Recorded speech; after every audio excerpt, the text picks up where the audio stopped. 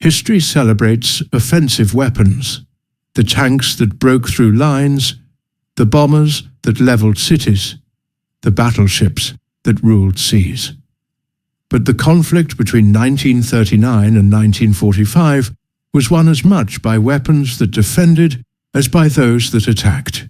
Defensive technologies saved countless lives by protecting soldiers, sailors, airmen, and civilians from enemy fire.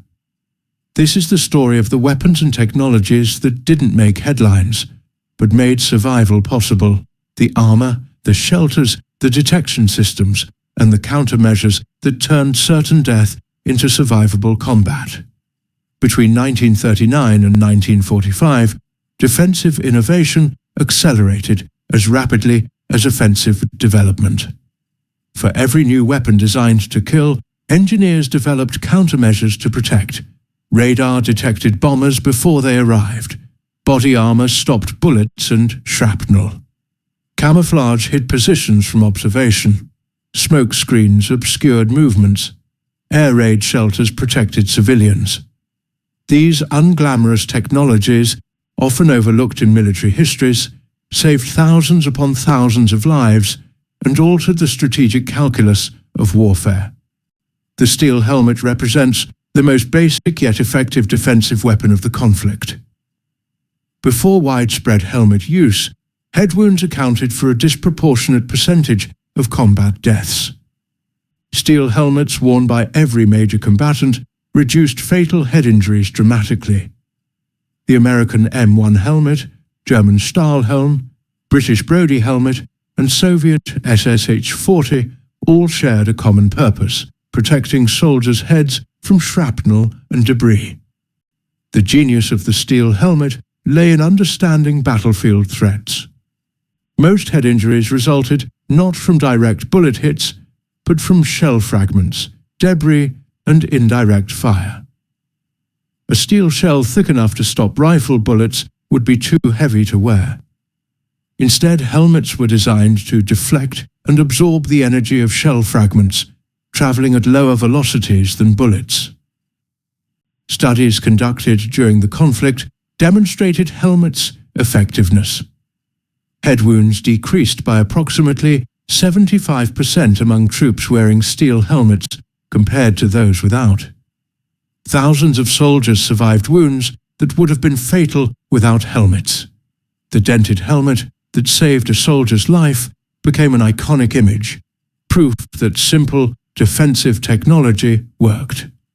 The German Stahlhelm, introduced during the First World War and refined for the Second Conflict, represented perhaps the most effective helmet design. Its distinctive coal scuttle shape provided excellent coverage of the head and neck. The flared rim deflected fragments downward, away from the face. German head wound statistics improved dramatically after Stahlhelm introduction, validating the design's effectiveness.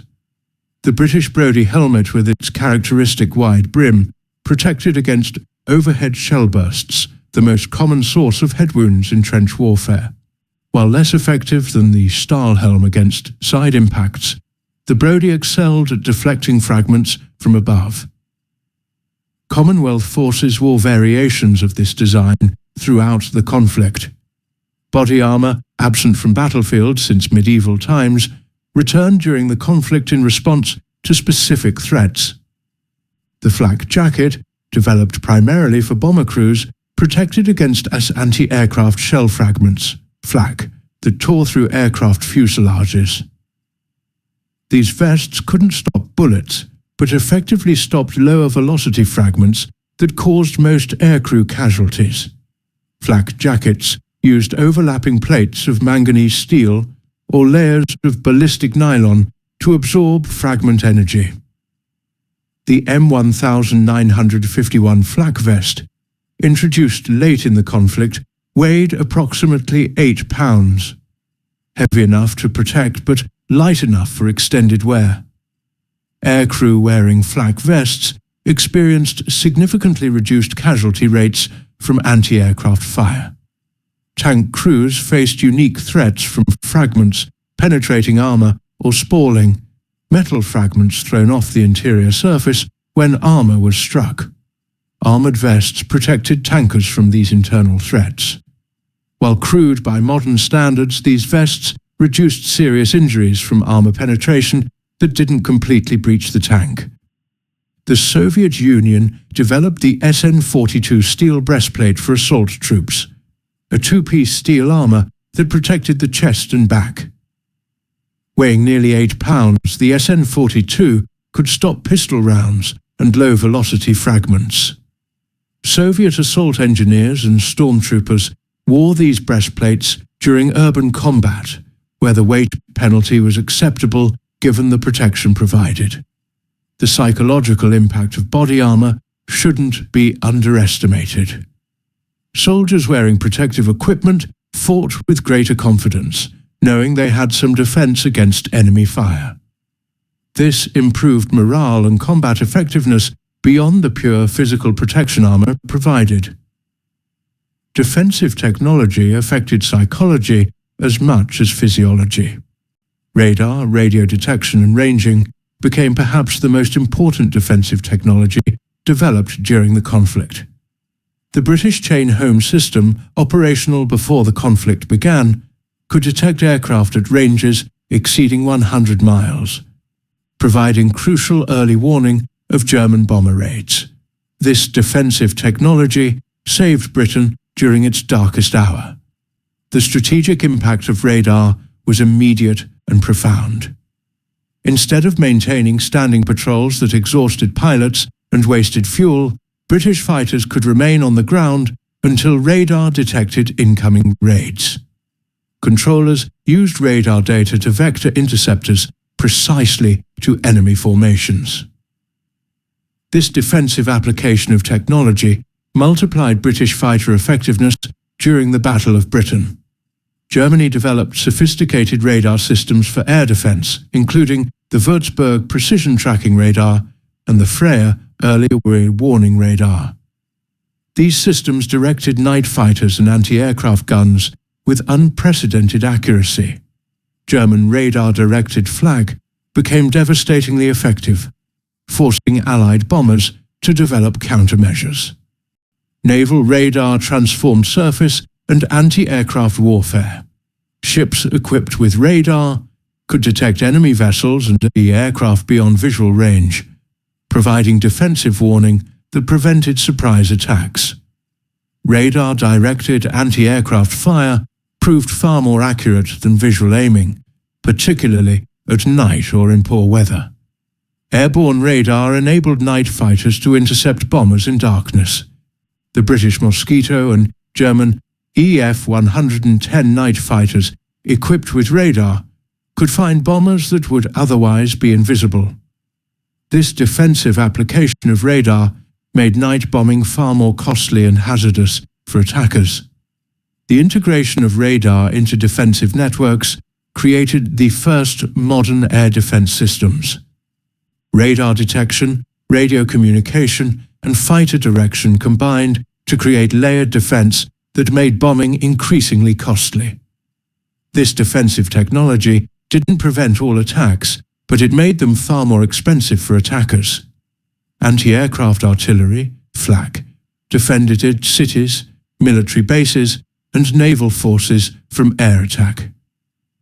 Massed batteries created defensive barrage fire that bombers had to penetrate, inflicting casualties and disrupting bombing accuracy. While individual hit probability was low, concentrated fire from hundreds of guns created lethal defensive zones. The German 88mm flak gun became the conflict's most famous anti-aircraft weapon. Firing shells to altitudes exceeding 26,000 feet, the 88mm created defensive barriers that forced bombers to fly higher, reducing bombing accuracy. The gun's effectiveness led to its adaptation for anti-tank use, but its primary role remained air defense. British 3.7-inch anti-aircraft guns defended British cities and military installations throughout the conflict. Arranged in coordinated batteries with searchlights and radar direction, these guns created defensive fire zones that German bombers had to penetrate. The psychological impact on civilian morale was significant. Seeing defenses actively engaging attackers reassured populations under bombardment. American 90 mm anti-aircraft guns, often radar-directed, provided mobile air defense for ground forces and fixed defense for bases and ports. The introduction of proximity-fused shells in 1943 dramatically increased effectiveness. Shells no longer required direct hits, but exploded when near targets, multiplying destructive effect. The visual impact of anti-aircraft fire, shell bursts creating black clouds across the sky, demonstrated defensive activity even when hit rates were low. For bomber crews, flying through flak was terrifying. For defenders below, seeing active air defense provided morale boost. Defensive weapons affected psychology as much as they inflicted casualties. Anti-aircraft defenses forced attackers to fly higher and faster, reducing bombing accuracy. While air defenses couldn't prevent all attacks, they made bombing far less precise and more costly. Strategic bombing campaigns required accepting significant losses to defensive fire, losses that strained attacker resources and morale. The VT, variable time proximity fuse, represented one of the conflict's most significant defensive innovations. Traditional anti-aircraft shells required precise timing. Gunners estimated altitude and set fuses to explode at the right moment. Hit rates were abysmal. The proximity fuse contained a miniature radar that detonated the shell when near a target, dramatically increasing effectiveness. The technological challenge was immense. Engineers had to create a functional radar transmitter receiver small enough to fit it in an artillery shell, rugged enough to survive 20,000 times the force of gravity during firing, and reliable enough to function despite extreme acceleration and spin. Many considered it impossible, yet American and British scientists succeeded. The proximity fuse's defensive impact became clear during the V1 flying bomb campaign against London in 1944. Initially, anti-aircraft guns struggled to intercept these small, fast targets. Hit rates were approximately 20%.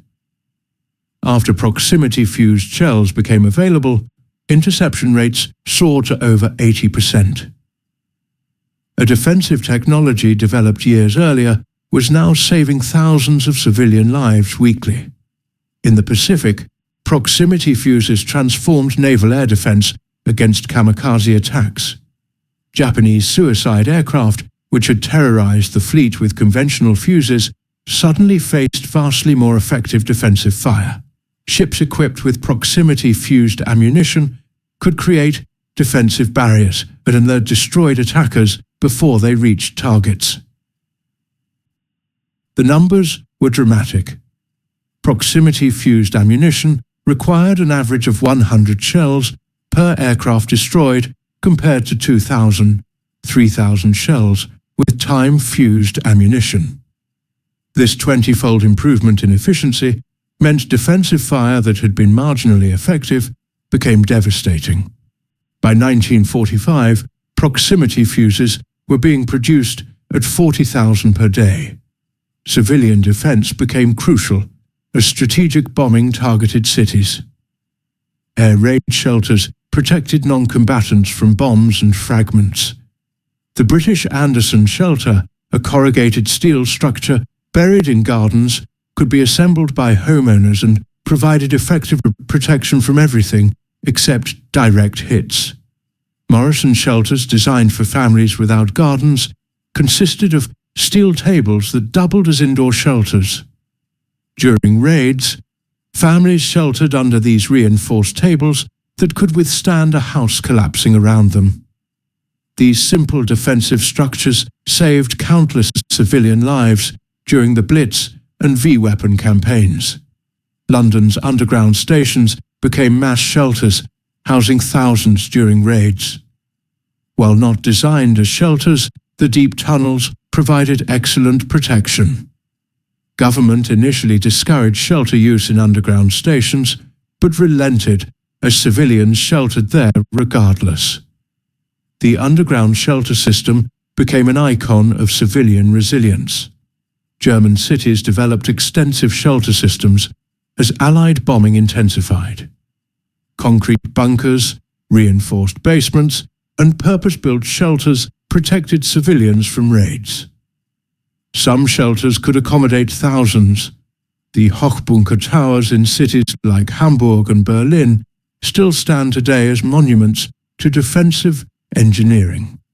The psychological importance of shelters exceeded their physical protection. Civilians who could take active defensive measures, entering shelters, following air raid procedures, maintained morale better than those who could only wait passively for bombs. Defensive capability, even passive defense, preserved civilian will to continue fighting. Shelter effectiveness varied dramatically. Well-built deep shelters provided near-complete protection. Basement shelters offered good protection from fragments and blast, but couldn't withstand direct hits. The key was getting to shelter before bombs fell. Early warning systems and air raid sirens became crucial defensive technologies. Camouflage, the art of concealment, protected by preventing detection. Painted patterns broke up vehicle outlines. Nets covered installations. Dummy equipment deceived enemy reconnaissance. These defensive technologies saved lives by preventing accurate enemy targeting. Military camouflage evolved rapidly during the conflict. Early patterns featured geometric shapes. Later developments used disruptive patterns that broke up outlines and shadows. Different environments required different schemes: desert, jungle, winter, and urban patterns all emerged. Naval camouflage employed dazzle patterns, bold geometric designs that made it difficult to determine ship heading and speed rather than achieving invisibility. Submarine periscope observers found dazzled ships harder to target, reducing torpedo accuracy. This defensive application of visual confusion saved ships. Aircraft camouflage varied by role and theater. Bombers used dark undersides for night operations and lighter colors for day missions. Fighters employed patterns matching operational environments. Ground attack aircraft used disruptive patterns to reduce visibility during low-altitude operations. Dummy installations and vehicles deceived enemy reconnaissance and diverted attacks. Before D-Day, the Allies created entire phantom armies. Dummy tanks, inflatable aircraft, false radio traffic, that convinced Germans the invasion would come at Pas-de-Calais rather than Normandy. This strategic deception saved countless lives during the actual landings. Smoke screens provided temporary concealment during operations. Smoke generators obscured troop movements, masked artillery positions, and protected ships during amphibious operations. While temporary, smoke provided crucial defensive protection during vulnerable moments. The effectiveness of camouflage and deception is impossible to quantify precisely. Success means nothing happened. How many bombs fell on dummy positions instead of real targets? How many attacks were avoided because positions remained undetected? These defensive technologies saved lives by preventing combat rather than winning it. Electronic warfare using radio and radar technologies to confuse, deceive, or blind enemy systems emerged as a crucial defensive capability. Jamming enemy radar prevented accurate detection. Chaff, strips of metal foil, created false radar returns that obscured real aircraft. These electronic defenses saved bomber crews from radar-directed fighters and flak. British bombers employed window, their name for chaff, during the Hamburg raids of 1943. Massive amounts of metallized strips created thousands of false radar returns that overwhelmed German air defense radars. German controllers couldn't distinguish real bombers from chaff echoes. rendering radar-directed defences ineffective. The psychological impact was immediate. German night fighter pilots, accustomed to radar-guided interceptions, suddenly found themselves blind. Ground controllers couldn't provide vectors to targets. Anti-aircraft guns couldn't acquire targets. A simple defensive technology, strips of metal foil, temporarily neutralized sophisticated air defense systems. Germany developed countermeasures, including Naxos receivers that detected British bomber radar emissions, allowing night fighters to home on radar transmissions. This prompted British development of radar warning receivers that alerted crews when German detection equipment locked on. Electronic warfare became an action-reaction spiral of defensive measures and countermeasures. Naval electronic warfare protected fleets from torpedo and bomber attacks. Jamming enemy communications disrupted coordination. Radar countermeasures confused targeting. During Operation Overlord, Allied electronic warfare units jammed German radars and created false fleet echoes that masked the actual invasion force. The submarine detection war became increasingly electronic. Sonar for detecting submerged submarines prompted development of quiet running techniques and acoustic decoys. Radar for detecting surface submarines led to radar warning receivers and underwater operations. Each offensive technology spawned defensive countermeasures. Fixed fortifications, bunkers, pillboxes, and defensive lines protected positions against attack. While less mobile than other defensive technologies, well-designed fortifications multiplied defender effectiveness and saved lives by providing protection during combat. The Maginot Line, despite its reputation for failure, demonstrated sophisticated fortification engineering. Underground complexes with retractable gun turrets, ventilation systems, and supply railways created nearly impregnable defensive positions. The line wasn't defeated by assault but bypassed, a strategic rather than tactical failure. German Atlantic Wall fortifications protected occupied coasts. Concrete bunkers housed artillery and machine guns covering beaches. These positions, while eventually overcome during D-Day, inflicted casualties and delayed Allied advances. Fortifications couldn't prevent invasion, but made it far more costly. Pacific Island fortifications demonstrated that even simple defensive works dramatically increased defensive effectiveness. Japanese forces on Tarawa, Iwo Jima, and Okinawa created interconnected bunker systems that required overwhelming force to reduce. These fortifications turned small islands into killing grounds, where defenders inflicted disproportionate casualties. Urban fortifications transformed cities into defensive strongpoints. Stalingrad's ruins became a maze of fortified buildings, where defenders could survive artillery bombardment and conduct defense from protected positions. Fortified cities required weeks or months to capture, despite overwhelming attacker advantages. The effectiveness of fortifications lay in multiplying defender firepower while protecting against return fire. A soldier in a bunker could engage enemies who had minimal cover. This asymmetry in protection meant defenders could hold positions against larger attacking forces. Medical technologies defended soldiers' health against disease and treatable injuries. Vaccines prevented epidemics. Anti-malarial drugs allowed operations in disease zones. Antibiotics stopped infections. These medical defenses saved more lives than many weapons. Tetanus vaccination became universal, nearly eliminating a disease that had killed thousands in previous conflicts. Typhoid vaccination prevented epidemics in crowded military camps.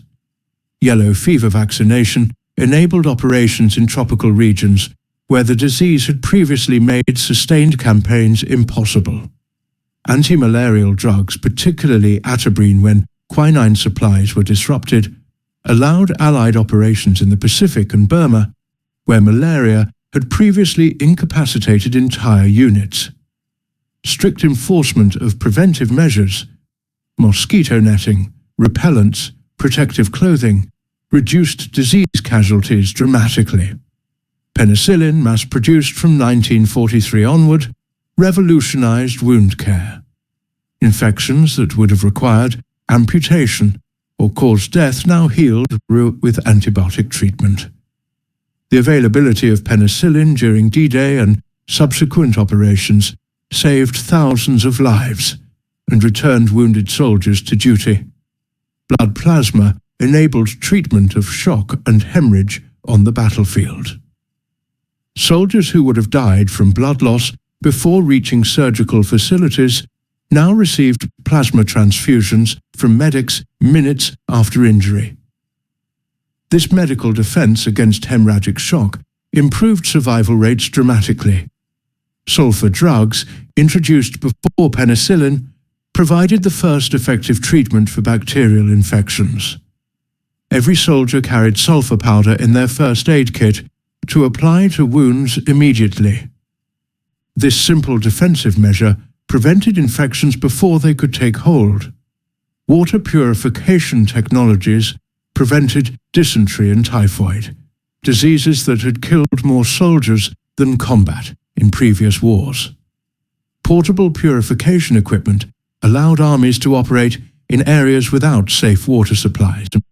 Insect control programs reduced disease transmission. DDT, while later recognized as environmentally harmful, dramatically reduced typhus and malaria transmission during the conflict. These public health defenses saved countless military and civilian lives. The medical defense infrastructure, field hospitals, evacuation systems, surgical facilities saved lives by rapidly moving wounded from point of injury to definitive care. The faster wounded reached treatment, the better their survival chances. Medical defense systems prioritized rapid evacuation and early intervention. Despite chemical weapons not being used extensively between major powers during the conflict, all sides prepared defensive equipment against potential gas attacks. Gas masks, protective clothing, and detection equipment represented defensive preparation that, by deterring chemical warfare, may have saved hundreds of thousands of lives.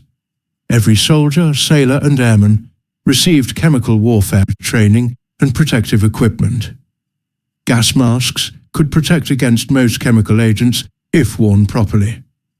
The universal preparation for chemical warfare created mutual deterrence. Both sides knew any chemical attack would prompt retaliation in kind. Civilian gas mask programs distributed millions of masks to non-combatants. British civilians, particularly, received extensive training in gas defense. Children received specially designed masks. This defensive preparation, while never needed in Britain, demonstrated societal commitment to civilian protection. The decision not to use chemical weapons widely, despite all sides possessing them, resulted partly from defensive preparations. The knowledge that populations were protected and would demand retaliation deterred first use. Defensive capability created deterrence that saved lives by preventing attacks. Chemical weapons were used in certain theaters. Japan employed them in China, and some instances occurred in the Pacific. But the general restraint between major powers, unprecedented given chemical warfare's prevalence in the previous global conflict, suggested defensive preparations contributed to deterrence. Detection equipment allowed rapid identification of chemical agents, enabling defensive measures and alerting nearby forces.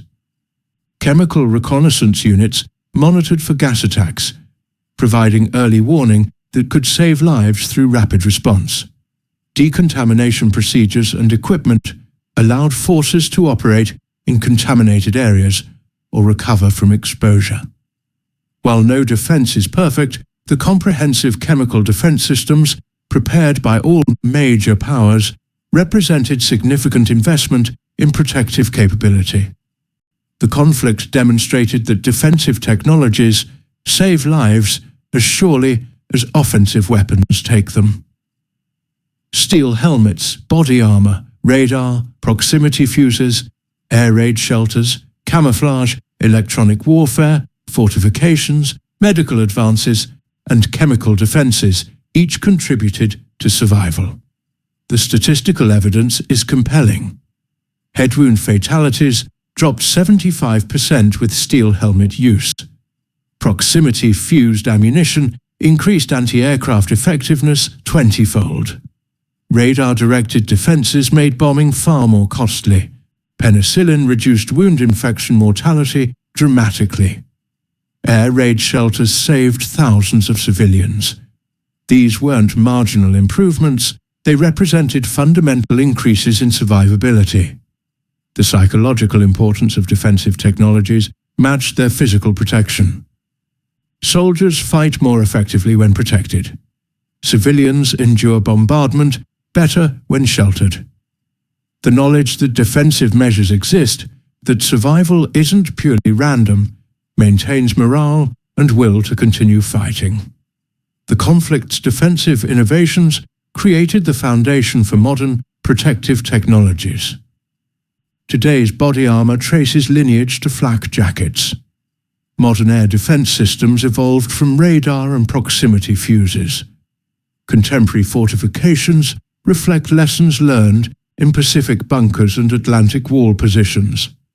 Military medicine's emphasis on rapid evacuation and early intervention originated in battlefield trauma systems developed between 1939 and 1945. Some defensive technologies succeeded by preventing combat rather than winning it. Camouflage that kept positions undetected meant attacks never occurred. Electronic warfare that blinded enemy sensors prevented accurate targeting.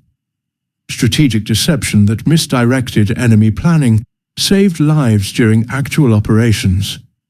These defenses succeeded invisibly. Their victory was combat avoided. The moral dimension of defensive technologies deserves consideration. Technologies that protect rather than destroy represent a different ethical category than offensive weapons. Developing effective defenses reduces casualties on all sides. Attackers face more effective resistance, but defenders survive to fight another day rather than dying from preventable causes. The conflict's defensive innovations demonstrate that military technology isn't purely about destructive capability. Protection, concealment, detection, and medical care represent equally important technological domains. The balance between offensive and defensive technologies influences warfare's character and cost. Looking forward, the defensive innovations of 1939 to 1945 established principles that remain relevant. Protection through technology is achievable. Detection provides warning that enables defensive response. Medical intervention saves lives when applied rapidly. Deterrence through defensive capability can prevent attacks. These lessons, learned at tremendous cost, shaped subsequent military development.